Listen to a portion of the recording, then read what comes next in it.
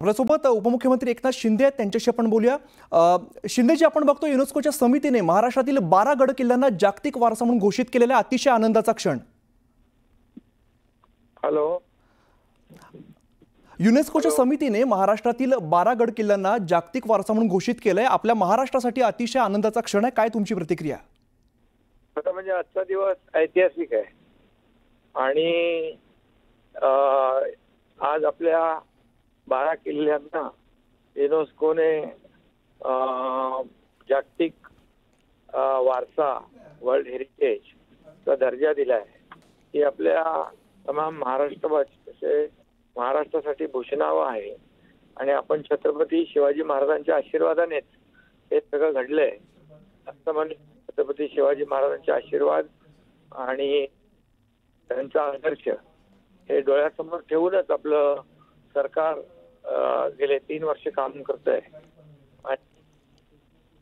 हे 12 किल्ले आपले गडकोट किल्ले हे छत्रपती शिवाजी महाराजांचं खऱ्या अर्थाने हे आपलं देशाचं ऐश्वर्य आहे आणि ऐतिहासिक वारसा आहे आणि त्याला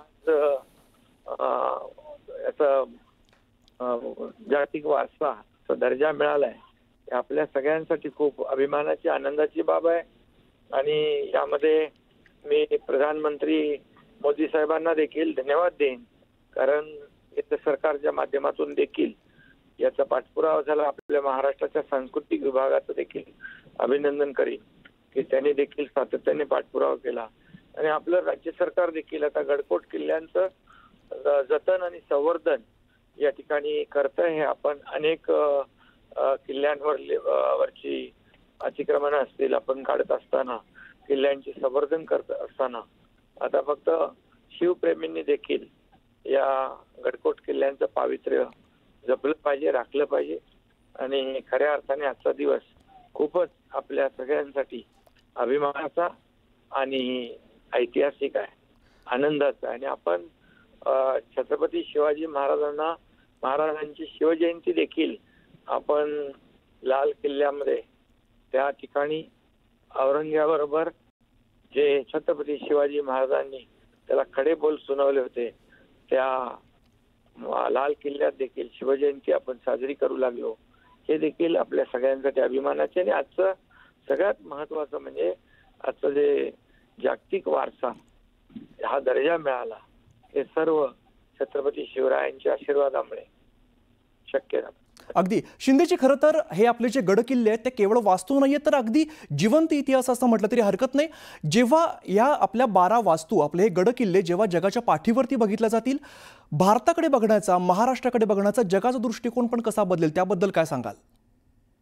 ही आपली संपत्ती आहे आणि आता हे आपण 7 समुद्रापलीकडे म्हणतो की शिवाजी कीर्ती आणि त्यांचं शौर्य, खरंच महाराष्ट्राला शौर्याचा इतिहास आहे आणि त्यामुळे हा इतिहास 7 समुद्राकडे गेला आणि जगाला देखील छत्रपती शिवाजी महाराज गडकोट किल्ले याची माहिती होईल आणि खऱ्या अर्थाने आपण इतिहास आणि संस्कृती आणि वारसा या ठिकाणी जपण्याचं काम करतो हे देखील जगाला माहीत पडेल।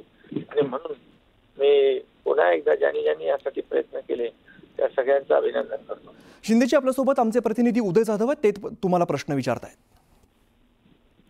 उदय साहेब, तुमचं खूप अभिनंदन तुमच्या टीमचं आणि खूप मोठा एक विजय असा मिळालेला आहे, जागतिक वारसा घोषित झालेला आहे महाराष्ट्राचा ऐतिहासिक वैभवाचा।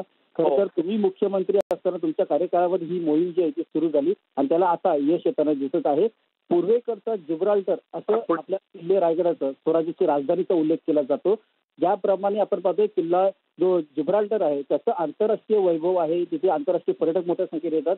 तसेच आंतरराष्ट्रीय पर्यटक आपल्या किल्ले रायगडावरती आणि जलदुर्गाची राजधानी किल्ले सिंधुदुर्ग येथे येतील। त्या दृष्टिकोनातून राज्य सरकारला पुढचं काय पाऊल उचलणार आहे, कारण आता आंतरराष्ट्रीय मोहीमचं मोहर तर उमटलेली आहे? नाही, बिलकुल सुरुवात मी मुख्यमंत्री असताना झाली असली तरी सुद्धा सगळ्यांनी प्रयत्न केले, एफर्ट्स घेतले आणि आता देवेंद्रजी मुख्यमंत्री असताना हे जागतिक वारसा दर्जा आपल्याला मिळाला हे खऱ्या अर्थाने पुन्हा एकदा सांगेन भूषणावं आहे. आणि रायगडावर देखील आपण मोठ्या प्रमाणावर आपलं संवर्धन जतनाचं काम करतोय. रायगडच्या खाली शिवसृष्टी उभारतोय.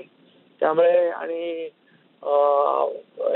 आपले जेवढे किल्ले आहे, गडकोट किल्ले, हे आपलं वैभव आहे, ते आपण जपतोय. त्यामुळे नक्कीच या ठिकाणी प्रेरणा घेण्यासाठी मोठ्या प्रमाणावर छत्रपती शिवाजी महाराजांचा आदर्श आणि प्रेरणा आणि ऊर्जा घेण्यासाठी तमाम लोक या ठिकाणी नक्की जातील आणि ऊर्जा आणि प्रेरणा घेतील. शिंदे साहेब, आपण निवडणुकी कार्यकाळात तुमचं कॅम्पेन देखील महाराष्ट्राच्या जनतेने पाहिलेलं आहे. शिवछत्रपतींचा आशीर्वाद तुमच्यासोबत असं तुम्ही कॅम्पेन केलं होतं. आता हे जेव्हा जागतिक तुम्हाला मोहर उमटलेली पाहायला मिळते आपल्या स्वराज्यातील गड किंवा कोट किल्ले यांच्यावरती, तर त्यावेळेला खरोखरच छत्रपतींचा आशीर्वाद तुम्हाला मिळाला असं वाटतंय का?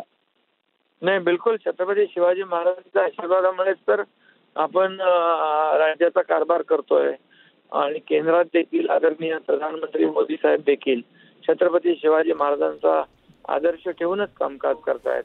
आणि म्हणूनच त्यांनी देखील विकासाबरोबर विरासत आणि आपलं जे नौदलाचं जो ध्वज आहे त्याच्यावर देखील छत्रपती शिवाजी महाराजांची प्रतिमा आरूढ केली.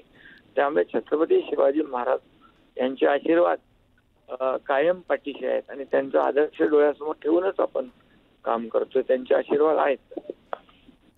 निश्चित. एकनाथ शिंदेजी, तुमचे मनापासून आभार. तुम्ही सविस्तर बोलात. आणि उदय, तुमचेही आभार. तर महाराष्ट्रासाठी आणि आपल्या देशासाठी अतिशय अभिमानाची आणि गर्वाची गोष्ट युनेस्कोच्या समितीने महाराष्ट्रातील 12 गड किल्ल्यांना आता जागतिक वारसा म्हणून घोषित केला. यामध्ये आपला सिंधुदुर्ग किल्ला आहे, लोहगड आहे, विजयदुर्ग, रायगड, प्रतापगड, पन्हाळा, सुवर्णदुर्ग आणि जिंजी या किल्ल्यांचा यामध्ये समावेश आहे आणि जागतिक वारसा म्हणून यांना घोषित करण्यात आलेला आहे. फ्रान्सची राजधानी पॅरिसमध्ये जागतिक वारसा समितीचं 47वं अधिवेशन आहे आणि या अधिवेशनामध्ये महाराष्ट्राच्या शिरपेचामध्ये आणखीन एक मानाचा तुरा आता खोवला गेलेला आहे.